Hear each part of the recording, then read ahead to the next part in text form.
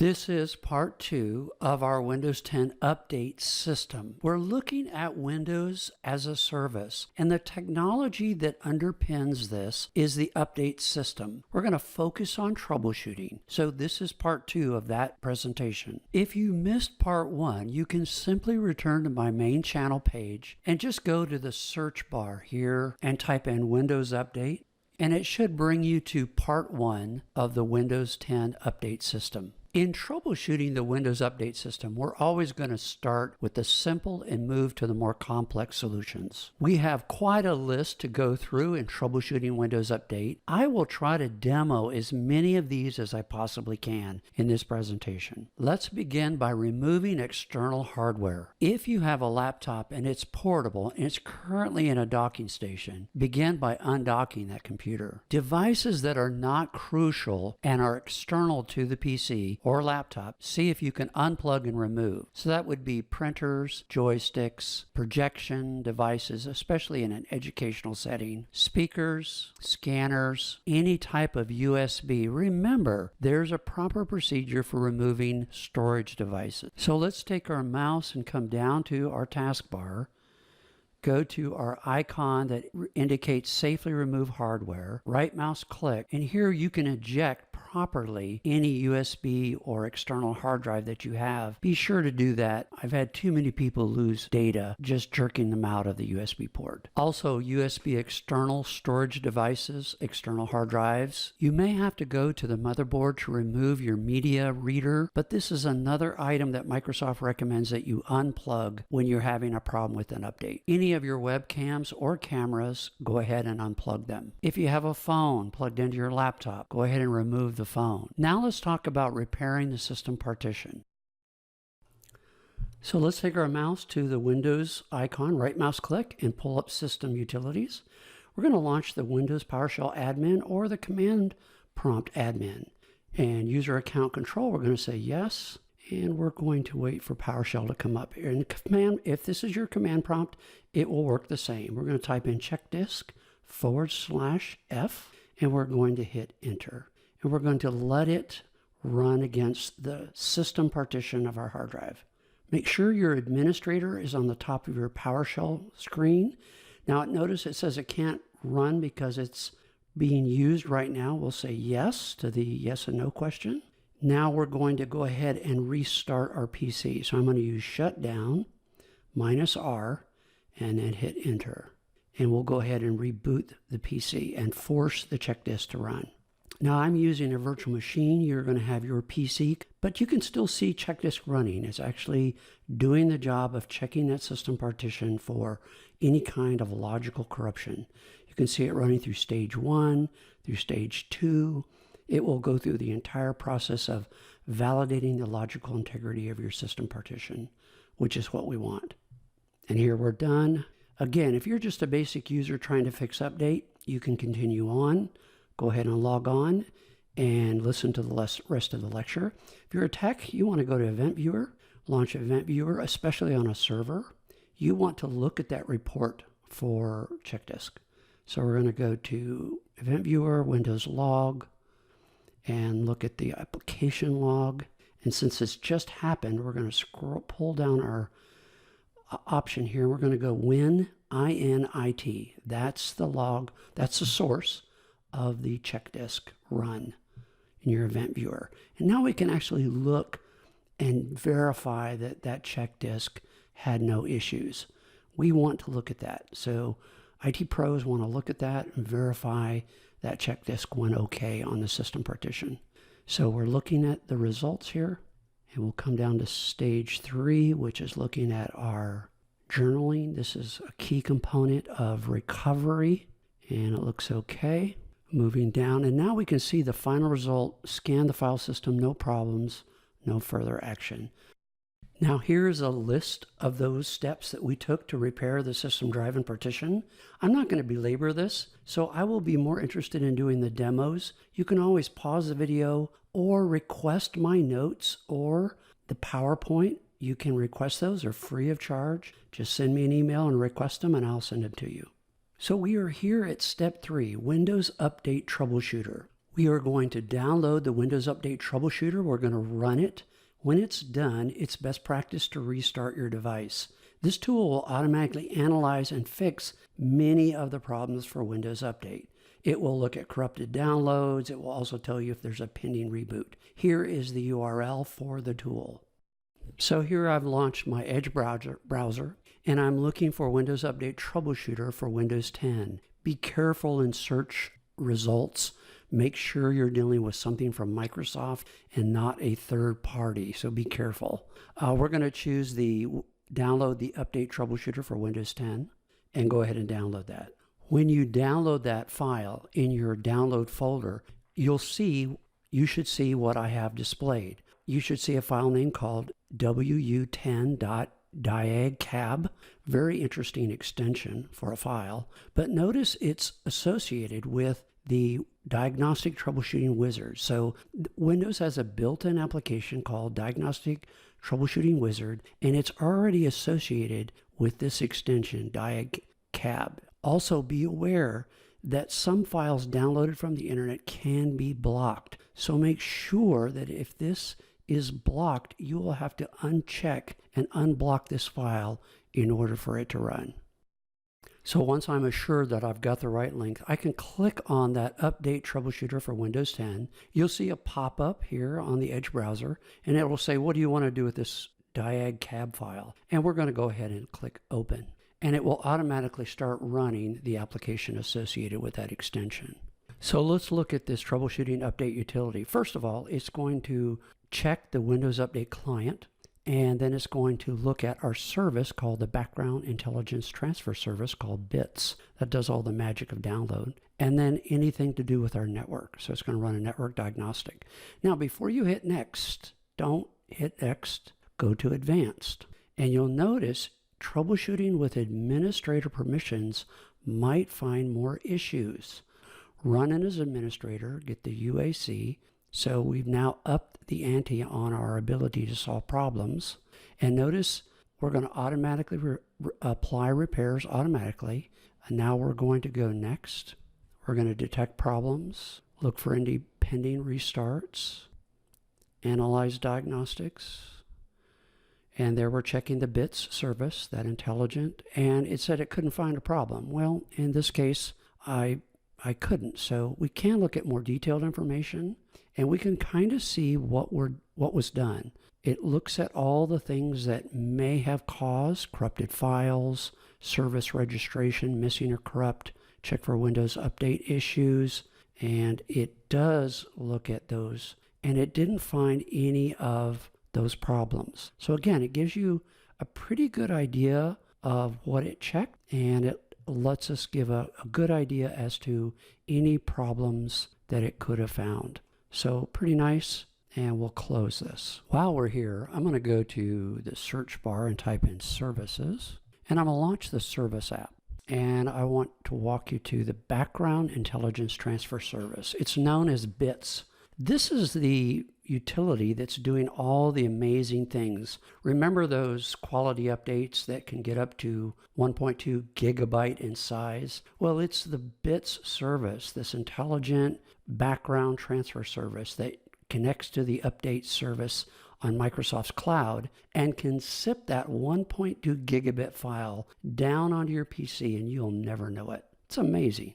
As each of these steps fail to solve the problem, we're moving into more complex repair options. Now we're looking at an attempt to repair and restore our actual Windows 10 system files. So we're going to run an administrative command prompt or a PowerShell with administrative rights, and we're going to run the dism.exe tool. This tool will actually go online to Microsoft Cloud look at our system files, compare with what should be there. If there's corruption, missing, wrong version, it should download those and overwrite and restore our Windows 10 system files to their proper state. Let me give you a couple tips that I use professionally while I am working as an IT professional working with my enterprise users. When I'm dealing with a Microsoft issue, I try to always use Microsoft documentation. I also make sure that I look at the date of the documentation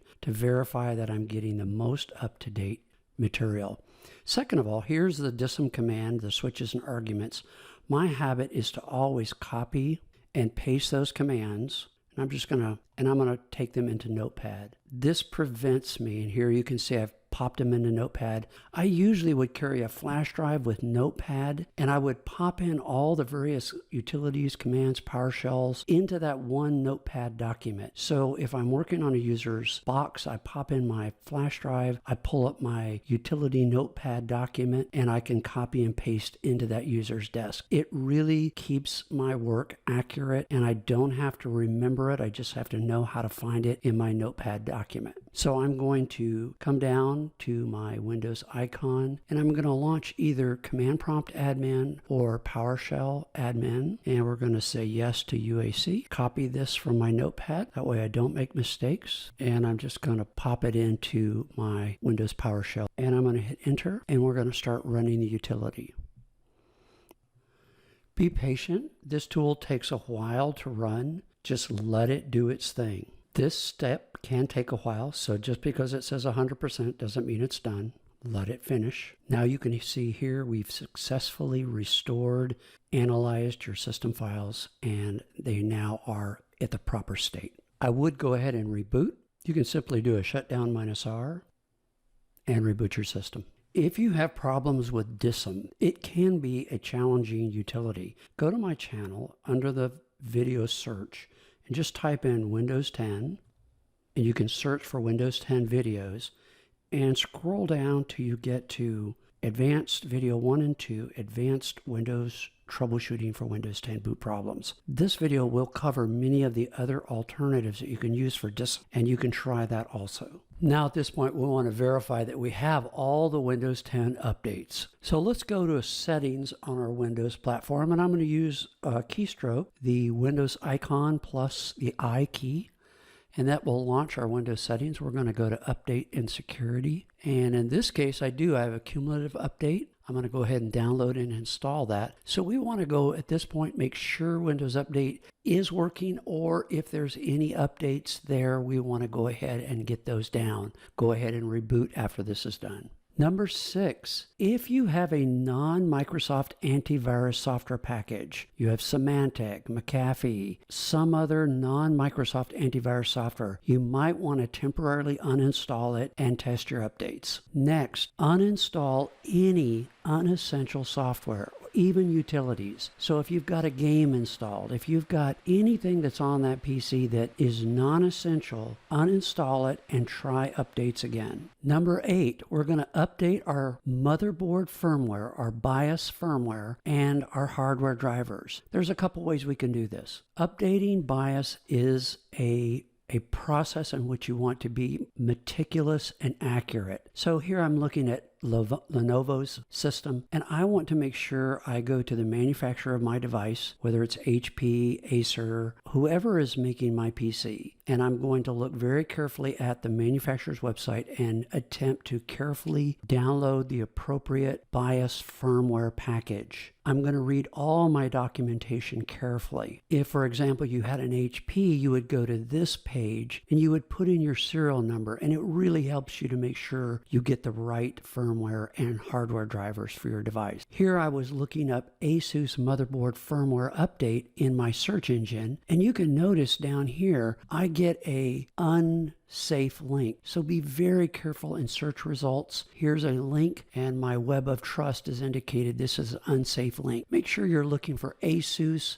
not Edge Up or Solve Soft or some other third-party place you don't want to go, you want to go to asus.com. To verify our drivers, we're going to go to our Windows desktop. We're going to right mouse click on the Windows icon. We're going to pull up Device Manager. And the easiest way to check your hardware drivers is to simply start with those things that are most likely needing to be updated, which is display drivers. You're going to look at that and you're going to right mouse click and update driver. Of course, I'm using a virtual machine, so you don't see. I would look for like the video card driver. I would look for network card drivers. Those would be something I would definitely right mouse click and update. A lot of things are not as critical. In the case of update failures where you're struggling to get that update in, you're trying to get your update system to work. If you have a display driver, here I have an NVIDIA GeForce GTX 1050. I may be tempted to go to NVIDIA for that driver, but in the case of a problem like this, I might right mouse click and update and download a Windows approved driver temporarily to test to see if that's causing a problem with my updates.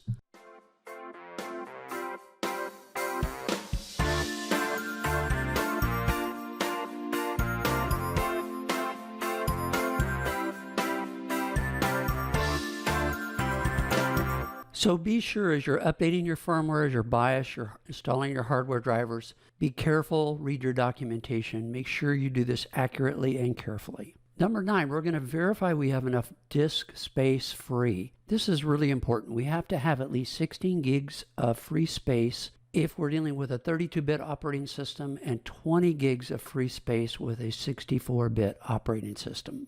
Disk cleanup is pretty straightforward. On your desktop, go down to your taskbar and you can launch Explorer and just simply click on this PC and you generally get a visual as to your free space. Make sure you have enough. If you don't, for example, you have a tablet or a laptop that's an economic laptop and it's got a small hard drive, you may have to come down to our search engine and type in disk, and we're going to run disk cleanup. So this will allow us to free up some of the space on your hard drive. Now I recommend to go ahead and go to clean up system files, and that will be a elevated task here. And this will allow you to clean up Windows Update, old Windows Update files, a lot of other things. So here we got 3.4 gigabytes of update files that we can get rid of, Defender definitions and things of that nature. So you can make a lot more space if you'll do those system files. We could go ahead and choose all of those. Make sure you look carefully at what you're going to remove, but you can get rid of all that. But you can see that's a big chunk of space. And if you have a small hard drive because it's an economic solid state or something like that, that's going to give you some more free space. So we'll go ahead and delete those, and that will clean up your disk. Number 10, we're going to run Setup Diag. This is a special utility designed by Microsoft that you can download, and basically it's a standalone diagnostic tool, and it can be used to obtain details on why a Windows 10 upgrade or update was unsuccessful.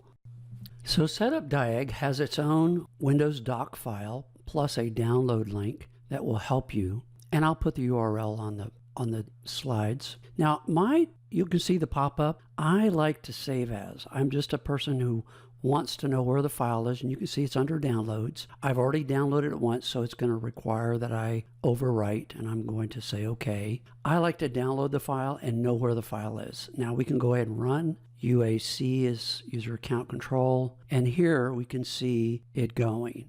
Although I'm not going to go into a great deal of commentary on this diagnostic, the documentation for the Setup Diag gives you an extensive documentation. Take a look at it. It will give you a great deal of information about what it's doing, what are the results in the log files. We're going to do a little video magic and speed this up about 5 times. Our Setup Diag documentation does tell us that there will be a log file generated and deposited in the same location that the utility was at. So under downloads, we should see those files. So the Setup Diag actually produces a compressed log folder. I've uncompressed it so you can see the contents of it. The most important is the Setup Diag results text file here. You can double click and actually look at the results of it. So the text file shows you what it discovered doing the diagnostic. It gives you information about the machine information, the OS, the BIOS version, that information. And it basically tells you, was there any issues found? In this case, there was none because we had no issues. And it lets you know it was successful. Now, I ran it twice, so you can see it almost sees a duplicate. And you can see again the success on the second run. So this is going to give you enough information to determine possibly what is the problem with your update. In troubleshooting Windows Update problems, Microsoft kind of breaks them down into level 100 troubleshooting options, level 200, level 300, and level 400. We've went through all the 100, 200, and most of the 300. I'm going to touch on a few more before we wrap up this troubleshooting. I'm going to share a great page from Microsoft documentation, and I'll put the URL on the video. Just keep in mind, Microsoft's URLs change on a regular basis, so it's best to just look up the page content. In this case, this is resolution procedures, and what it does is it gives you a list of error codes. Say you're doing an upgrade or an update, and you're getting error codes. It gives you the error code family, and then the specific error codes, the cause, the mitigation, and these are all in hexadecimal. 0x always indicates the numbers after or letters after it are going to be hexadecimal. So you can walk through and take a look. It's got an extensive list. Here's the 800 family of error codes, and then it gives you specific ones. So it's another way, another place that you can go to look and solve problems. Another is the Microsoft Feedback Hub. So it's an app on your Windows box, Windows 10 box. So you can just type in feedback. And notice you have an app called a Feedback Hub app. Microsoft wants you to report a problem, and then they give you very specific information as to what you put in there relating to an update failure or an upgrade failure. When did the failure occur? Were there any reboots? So stop, pause the screen, take a look at this. If you will be detailed, and they do say you can include screenshots or files with using the Feedback Hub app. I can't guarantee you that they'll respond, but they do put this on one of the lists as to something you can do for troubleshooting. Another tool that I discovered doing my research on Windows Update is a website called winarrow.com. This is two developers, one from Russia and one from India, and they've really done a nice job. They have a Windows Update mini tool that you can download. It's my favorite. It's a portable freeware. Remember, it is third party. You have to always leverage caution, and anytime you're done with third party. They've got a lot of great things on this website, so take a look at it. On the Microsoft Update documentation, there is what's called additional resources. They have a script that you can download that will reset the Windows components. It has been tested on 7, 8, 10, Server 2012 R2, and it will configure services, registry keys. It will also set up Windows Update for default settings. It will clean up files related to Windows Update, in addition to bits related data, your service. You can also do it manually. If you continue to scroll down here, they walk you through a manual reset of all of the components of Update. So you can do that manually if you want to plod through all that. They also have a Reset Windows Update tool. You can download and run that, and it's probably a PowerShell that actually does basically the same thing. So there's some additional tools that help you solve your Windows Update problems. Our credit slide is pretty much the same as part one. We appreciate all the people who provide free resources to us. Thanks. Any questions, comments, feedback? We love your input. Copies of my research notes slides are available for the asking at mrvanderpool901@gmail.com.